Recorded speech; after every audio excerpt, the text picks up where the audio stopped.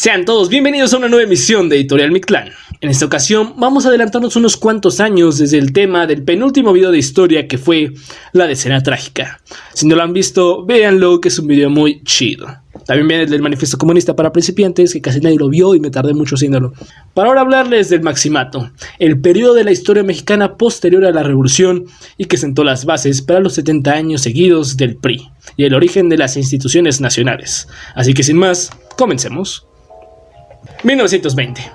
La revolución parece haber llegado a su fin. El general Obregón es el gran vencedor, el único caudillo vivo que quedó, porque a los demás los mató. Obregón asume la presidencia del país y se vuelve la figura principal de la revolución y de la política. Gobierna hasta 1924. Durante su periodo deja claro la necesidad de institucionalizar y pacificar el país para crear procesos burocráticos y legales que eviten los golpes de estado a cada rato y que le puedan afectar. No por nada terminó matando a todos los demás caudillos. Y que vuelvan a México un país con instituciones nacionales encargadas de manejar todo como un país propio del siglo XX. Al acabar su periodo, elige y postula como siguiente presidente a Plutarco Elías Calles. Así es, el loco de Calles. Calles era maestro de una escuela de Sonora, que decidió meterse al ejército durante la revolución y ascendió rápidamente hasta volverse general y la mano derecha de Obregón, literalmente, porque Obregón estaba manco. La neta era que Calles no era muy chido para la estrategia militar, pero sí para la administración y la política. Calles se vuelve presidente y en su periodo se dedica a la institucionalización y reconstrucción de México. Entre las instituciones más importantes fundadas estaría el Banco de México y varias organizaciones obreras. Crea un montón de carreteras y reanuda y construye relaciones diplomáticas con otros países que habían estado frenadas. En la mayoría de todas las instituciones creadas había un control claro de él y una corrupción enorme. Pero pues al menos ya había instituciones y una base real para el futuro pacífico.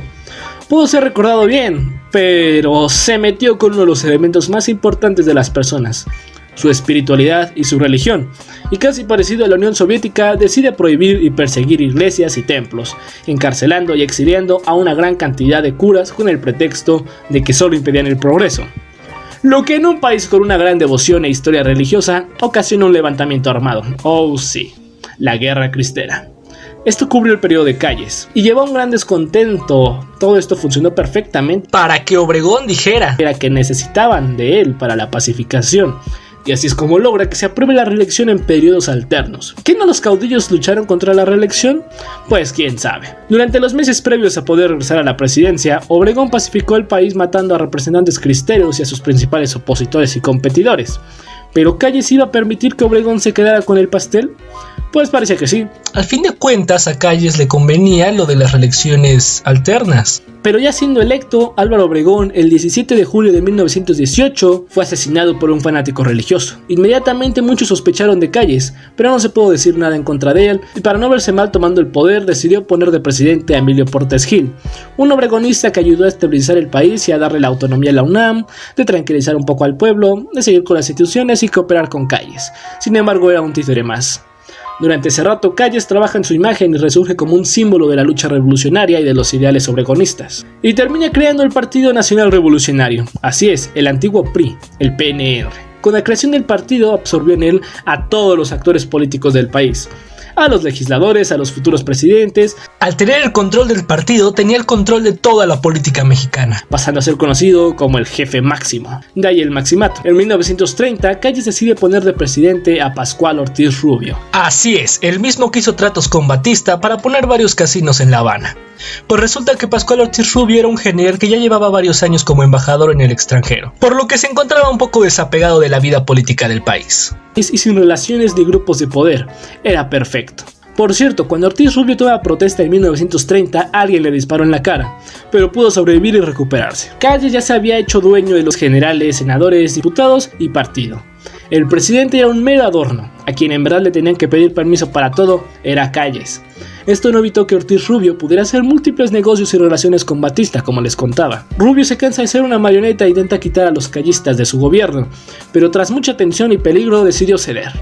En ese rato, Calles puso a Portes Gil en el partido, pero este empezó a ganar mucha popularidad y fuerza, por lo que Calles decide expulsarlo del país a tiempo.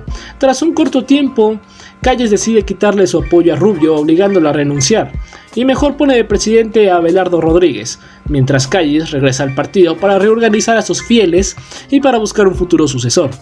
Necesitaba alguien inteligente, leal y de confianza. por lo que eligió a uno de sus discípulos más cercanos, el general Lázaro Cárdenas del Río, uno de los personajes más famosos de nuestra historia y mejor recordado por la mayoría. Calles lo puso como candidato, pero Cárdenas sabía que iba a terminar siendo un títere más, entonces buscó influencia y fuerza fuera del partido, en la clase media y obrera, principalmente la obrera. Consentía los movimientos agrarios de los campesinos y parecía que por primera vez los ciudadanos ahora sí iban a intervenir en las elecciones. Cárdenas ya no necesitaba ganarse a un reducido grupo de generales, ahora tenía todo el pueblo y así es como llega a la presidencia, con lo que pudo hacer reformas sociales e institucionales. Expulsó a los callistas del ejército y del gobierno y empezó a tomar acciones dentro del PNR. Y Calles pues ya no tenía el poder suficiente para quitarlo, él tenía el apoyo popular. Entonces solo pudo quejarse abiertamente en los periódicos, a lo que Cárdenas dijo que no iba a permitir amenazas contra su gobierno democrático y logra exiliar a Calles del país. Cárdenas padre y Cárdenas hijo se merecen su propio video, pero relacionado al tema, volvió el partido una herramienta del presidente y no al revés.